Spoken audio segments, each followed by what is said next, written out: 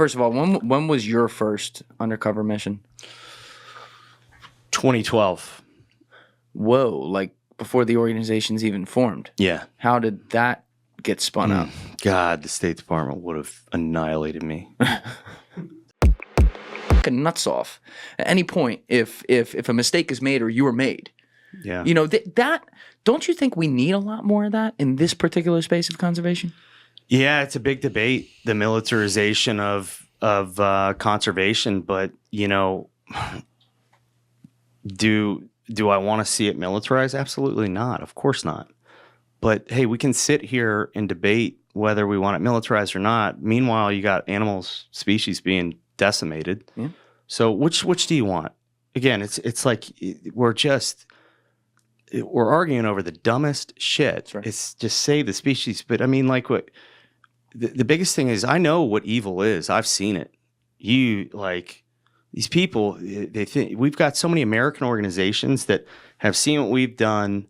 You know, yeah, we do have a big social following. It doesn't mean that, you know, we have $1 from every single person that follows us on But you all Instagram. can start. I wish Let's that we help us did. out, I baby. tell you Yeah, what, let's do get it. on it. Link down below in the description. It goes straight to the mission. Ain't my pocket. I'll tell you that. I do want to say, though, thank you to all the fans who have really taken up this cause since you were on here. I still get texts about, or comments, I should say, about that, and also some DMs about that from people. And, like, in all seriousness, I'm very appreciative of it, and I hope we can continue to do that. All my respect. You see the work these guys are doing. I see this coming to Vet Paul and Jungle Keepers from what we've been able to do here, and that is one of my favorite things about this podcast.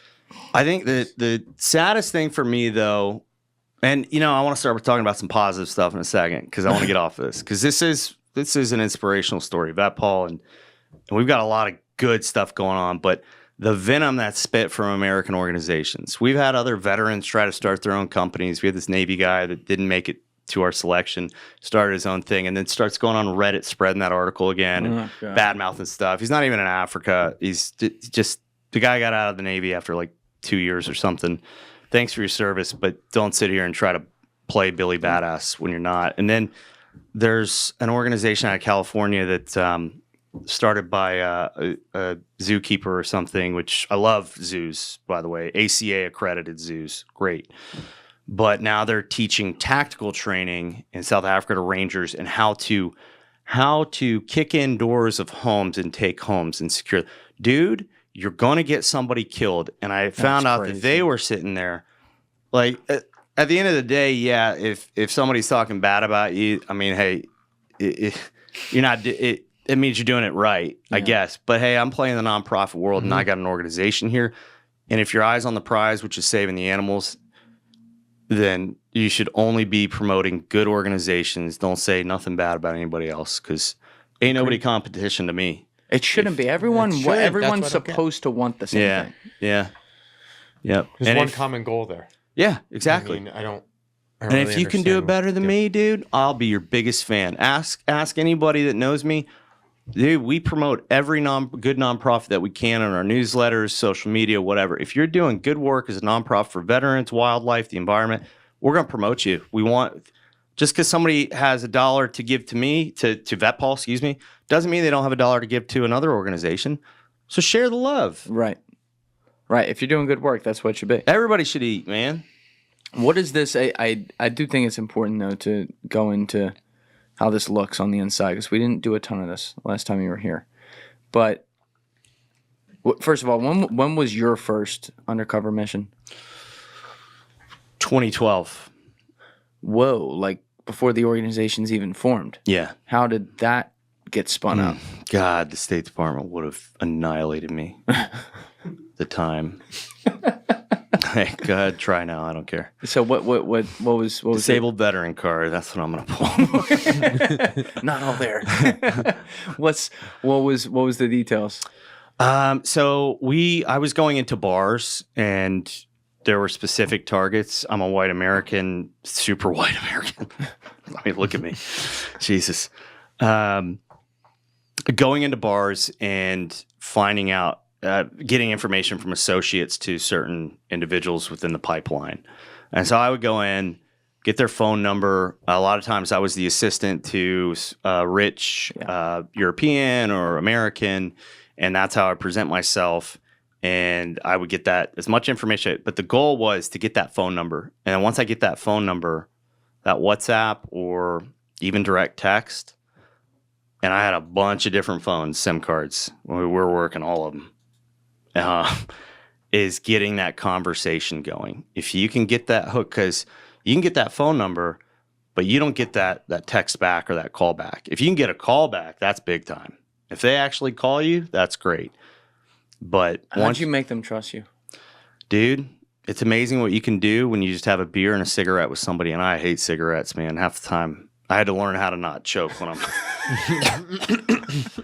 Cigars aren't, I promise, cigars are cool. Yeah. Let's keep that. Shout out Lucia. Oh, yeah. But cigarettes, man, I can't.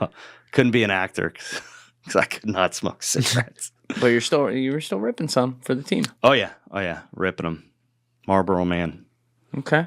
Yeah. So you'd sit in the bar, you have a drink with them, you get this information, you try to get to their number. Brandy opens the mouth always. Why brandy? It's the African way, baby. And so, how quickly into a conversation could you even broach that type of topic? I'd say, it really depends on the individual. The more amateur they are, the easier it was. The more they open their mouth. How did you know what bars to go into and who to even target? I had the information from the government already. They had already started doing some intelligence, and that's what. Oh wait, the African government. Oh yeah. They had already known where they were hanging out. So you had some commission to be able to go in there from the locals. Yeah. Yep. Oh wow. They gave me the information that I needed.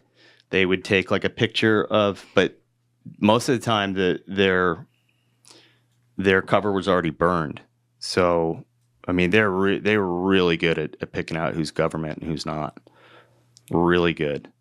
How did you get that hookup even before the organization formed, though, with these African governments for them to be like, yeah, you can go do this? So it was in Tanzania. Robert Mandy is his name, and you can Google him if you want. He's Mandy or I? E. Robert Mandy. Go ahead. He is... Man, I feel like I've said the word hero so many times on here, but the guy's my hero. He's one of my best friends. Yep. Robert Mandy holds a Master in Security and Strategic Studies and Certificate of Prestigious School, NDC, from the National Security College of Tanzania. Mr. Mandy is a lawyer with a strong background in wildlife and organized crime enforcement programs. He was the head of the law enforcement unit at... The Ngorongoro. Okay, thank you. Conversation Area Authority. Through determination and hard working in the conversation department, does that say conversation department? Yeah. Yeah, it does. TIA, man, this is Africa. It's supposed to say conservation. Yeah, I was going to say conservation department. Mr. Mandy was promoted to a principal law enforcement officer responsible for enforcement of laws, safety, and security of NCAA properties, not to be confused with our NCAA, natural resources therein. Mr. Mandy was then appointed as a public prosecutor for the purpose of wildlife cases on November 11, 2013. Wow. To date. For more than 25 years, he has worked as a wildlife law enforcement prosecutor, investigator, and criminal intelligence analyst. What's his story with this? Like, why did he get so into this space, and particularly, like, as a native, does he just feel like it's a part of their heritage? Yeah, it's a part of him. That's cool. He loves his country. How'd you get connected with him? So the Tanzania ambassador to the United Nations, and damn it, I cannot remember his name now, but at the time, his cousin was the chief conservator of the NCAA, the Ngorongoro Conservation Area Authority, which is separate from, it's its own entity within Tanzania. It's separate from all the other parks, which fall under the Tanzanian Ministry for Natural Resources and Tourism.